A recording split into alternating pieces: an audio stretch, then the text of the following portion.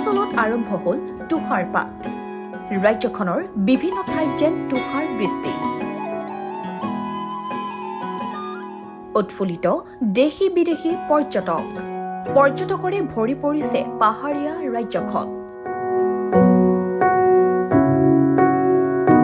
প্ৰকৃতিৰ অনুপম সৃষ্টি হিমাচল প্ৰদেশ পাহাৰীয়া ৰাজ্যখনৰ অপৰূপ প্ৰাকৃতিক সৌন্দৰ্যই স্বাভাৱিকতেই আকৰ্ষিত কৰি আহিছে পৰ্যটকক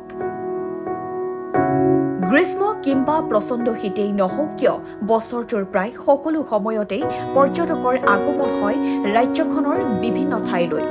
দৈনন্দিন কৰ্মব্যস্ততা অথবা নগৰীয়া যান্ত্ৰিকতাৰ পৰা কিছু আঁতৰি হিমাচল প্ৰদেশৰ নৈসৰ্গিক সৌন্দৰ্যৰ মাজত নিজকে বিলীন কৰিব বিচাৰে প্ৰকৃতিপ্ৰেমী তথা ভ্ৰমণপ্ৰিয়সকলে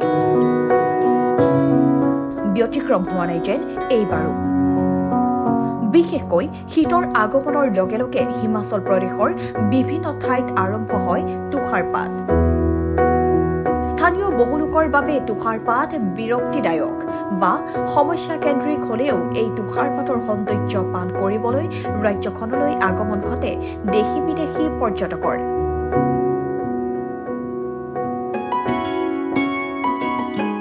সম্প্ৰতি ৰাজ্যখনৰ কেইবা ঠাইতো আৰম্ভ হৈছে তুষাৰপাত দেওবাৰৰ সন্ধিয়াৰ পৰা হিমাচল প্ৰদেশৰ চিমলা মানালী কাছাউলি আৰু চেইলত আৰম্ভ হৈছে তুষাৰপাত ৰাজ্যখনত আৰম্ভ হোৱা এই তুষাৰপাতক কেন্দ্ৰ কৰি উৎফুল্লিত হৈ পৰিছে পৰ্যটক একেদৰে আপেল উদ্যানৰ গৰাকী আৰু হোটেল ব্যৱসায়ীসকলকো উৎফুল্লিত কৰি তুলিছে এই তুষাৰপাতে ইতিমধ্যে ৰাজ্যখনলৈ সমাগম ঘটিছে পৰ্যটকৰ সোমবাৰে চিমলাত 2.5 সেণ্টিমিটাৰ পৰ্যন্ত তুষাৰপাত হয় ইয়াৰ লগতে কুফ্ৰী ফাগু চঞ্চল নাকাণ্ডা আৰু চোৰধাৰ ৰেঞ্জতো তুষাৰপাত অব্যাহত আছে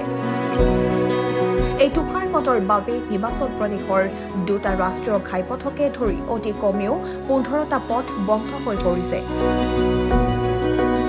আনহাতে তুষাৰপাতৰ এই অপৰূপ সৌন্দৰ্য উপভোগ কৰিবলৈ পাহাৰীয়া ৰাজ্যখনলৈ যেন এতিয়া ঢাপলি মেলিছে বহু লোকে special desk report nation any